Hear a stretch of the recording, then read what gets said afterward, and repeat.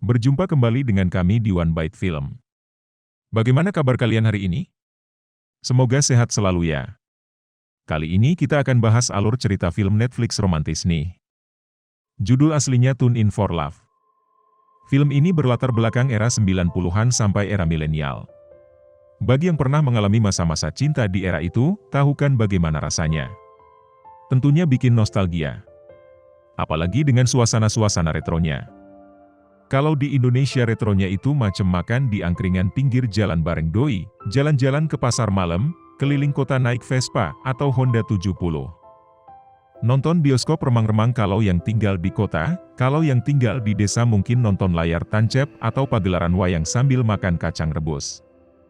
Tanpa berlama-lama, langsung saja anak magang akan membawakan alur ceritanya. Lanjutkan anak magang.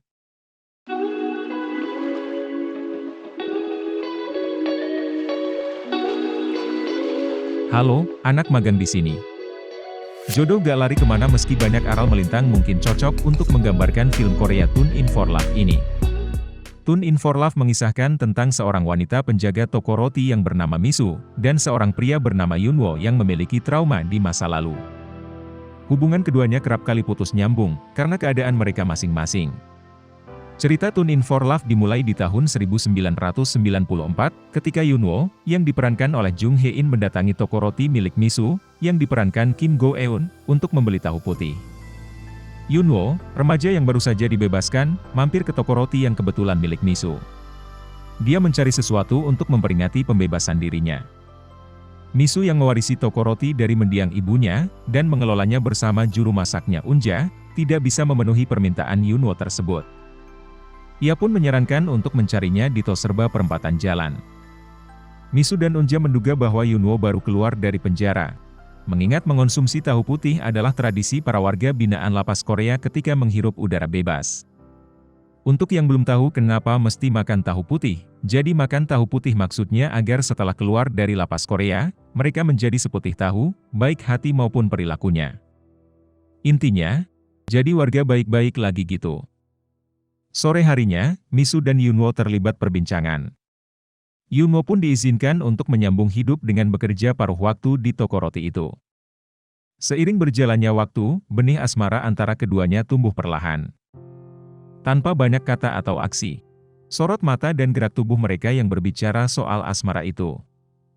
Masalah pertama yang datang adalah mendadak teman-teman Yunwo datang ke toko roti dan mengajak Yunwo untuk kembali berkumpul bersama. Mereka pergi ke angkringan khas Korea untuk mengenang teman sekolah mereka yang telah meninggal. Kesuraman mereka berujung pada ribut dengan orang yang tidak dikenal, dan mendapat masalah lagi. Yunwo selanjutnya menghilang dari kehidupan Misu tanpa penjelasan apapun. Tahun 1997, saat seluruh negara dilanda krisis keuangan, dampak buruk dari efek ekonomi yang dihasilkan menimpa Misu. Usaha rotinya bangkrut. Akan tetapi Misu berhasil menyelesaikan pendidikan di perguruan tinggi, terutama berkat bantuan Unja yang sudah seperti saudaranya sendiri. Selama bertahun-tahun ia membantu biaya kuliah Misu. Bagi Misu, Unja adalah sosok seorang kakak yang seperti ibunya sendiri. Sepulangnya dari kedai milik Unja, Misu menyempatkan diri mengunjungi toko roti miliknya yang telah bangkrut. Tanpa diduga, ia bertemu dengan Yunwo yang sedang menggendong seorang nenek kelelahan yang ia temui di jalan. Setelah mengantar nenek ke rumahnya, Yunwo kembali ke toko roti menemui Misu. Mereka berbincang sepanjang perjalanan mengantar Misu pulang ke rumahnya. Mereka berdua berpisah setelah Misu sampai depan rumah. Misu yang terlihat tidak bisa melepas kepergian Yunwo begitu saja, mencoba berusaha mengulur waktu. Namun, situasi yang kurang mendukung membuat mereka harus berpisah saat itu. Misu dengan segala upaya mencari alasan agar malam itu mereka dapat bersama. Terpancar dari wajah Misu yang sudah kangen berat. Wah. Misu akhirnya memanggil Yunwo yang sudah menghilang di depan gang. Beruntung kondisi jalanan saat itu sedang sepi. Suara Misu terdengar jelas memanggil Yunwo. Misu beralasan bahwa kunci rumahnya mungkin rusak. Ia membutuhkan bantuan Yunwo, dan akhirnya Misu mengajak Yunwo masuk ke rumahnya. Mereka berdua pun masuk ke rumah setelah kunci rumah bisa dibuka. Adegan berikutnya adegan muncrat. Minuman soda, maksudnya. Baju Yunwo basah terkena tumpahan soda. Mereka berdua tertawa senang dapat bersama kembali malam itu. Adegan pun berlanjut ke kasur. Tenang, mereka beneran hanya berbincang dan tidur. Gak ada lain-lain. Mengenang sambil membuat memori kenangan tentang mereka. Yunwo memberitahu Misu kalau besok pagi, ia akan pergi mengikuti wajib militer. Tidak salah firasat Misu kalau mesti nahan Yunwo di rumahnya malam itu. Menghabiskan malam bersama, mereka berdua tidur berpegangan tangan. Keesokan harinya, sebuah komputer jadul dengan Windows 95 menyala. Misu membuatkan akun email untuk Yunwo agar mereka dapat bercakap-cakap jika jarak mereka terpisah karena pekerjaan atau hal lainnya. Ia sangat bahagia dan tidak ingin kehilangan kontak lagi dengan Yunwo selama wajib militer. Misu memasukkan secari kertas ke kantong jaket Yunwo. Mereka akhirnya berpisah di ujung gang dan menjalani aktivitas masing-masing. Misu yang baru saja diterima bekerja di pabrik kertas, kaget dengan pekerjaan yang mesti ia lakukan. Suasana yang bising, membuatnya mesti beradaptasi dengan pekerjaannya. Lebih kaget lagi ketika ia baru ingat tidak mencantumkan kata sandi di kertas berisi alamat email yang diberikan pada Yunwo. Hanya ada sebuah alamat email. Terus, bagaimana cara aksesnya? Baca email dari doi? Bakal kehilangan kontak lagi ini. Walaupun begitu, Misu tetap mengirim email pada Yunwo. Kata demi kata ia ketik, bercerita tentang kesehariannya, dan keadaannya tanpa Yunwo. Ia berharap suatu saat, emailnya akan sampai pada Yunwo, entah bagaimana caranya. Ia tetap optimis. Era milenial telah tiba. Kemajuan teknologi mulai berkembang pesat. Tahun 2000, dimulainya era internet dan ponsel sudah umum digunakan. Pembangunan begitu pesat pasca krisis ekonomi melanda tahun 1997. Yunwo yang telah selesai wajib militer, langsung mengunjungi bangunan bekas toko roti Misu yang kini telah menjadi minimarket. Ia tersenyum mengenang tempat tersebut. Di sisi lain, Misu yang masih sibuk dengan pekerjaannya di pabrik kertas, terkaget ketika membuka email. Ia melihat balasan email dari Yunwo. Yunwo berhasil menebak kata sandi yang dibuat oleh Misu. Dalam email balasan dari Yunwo, ia bercerita ketika setelah selesai wajib militer, ia pergi ke apartemen lama Misu dan mendapati Misu sudah tidak tinggal di sana. Yunwo pun menyewa apartemen kosong itu. Pemilik apartemen memberitahu kata sandi lama yang ada di pintu bekas apartemen Misu dan Yunwo menyadari sesuatu. Mungkin saja kata sandi emailnya sama dengan kata sandi pintu apartemen. Dan benar saja.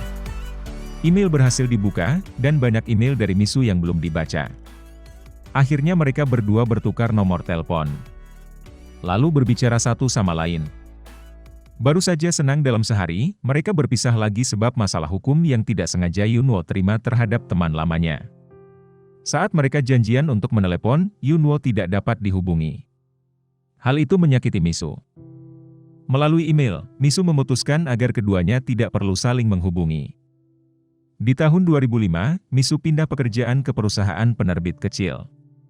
Pada suatu malam, ia tidak sengaja bertemu kembali dengan Yunwo yang ternyata mereka berdua bekerja di gedung kantor yang sama, hanya beda lantai.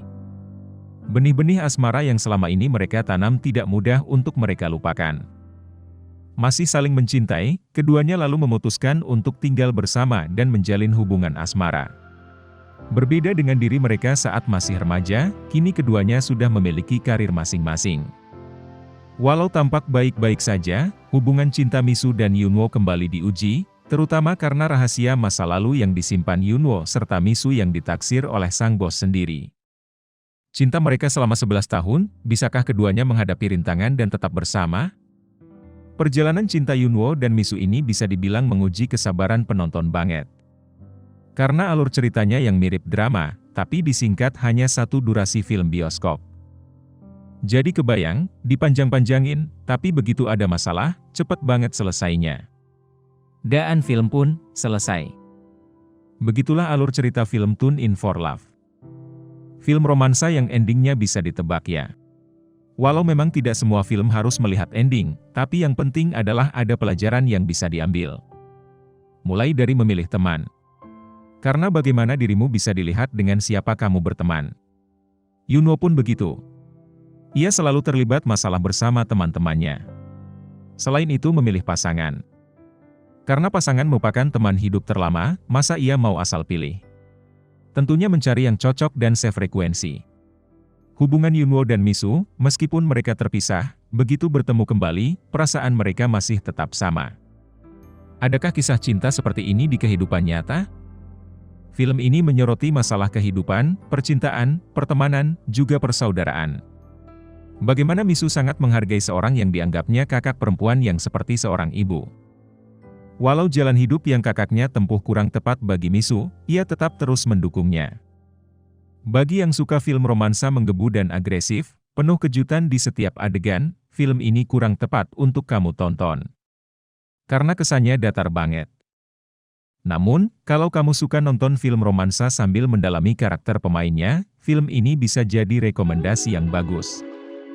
Akting para pemain yang tidak terlalu banyak percakapan, namun pesan yang disampaikan melalui mimik dan gerak tubuh, bisa menjelaskan dengan baik bagaimana perasaan yang dialami setiap tokoh dalam film Tune in for Love ini.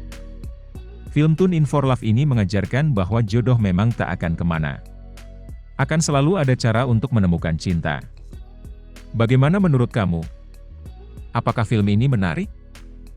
Sudah diingatkan Ayang untuk subscribe? Jaga kesehatan selalu, sayangi keluarga kalian, dan sampai jumpa lagi di alur cerita film berikutnya.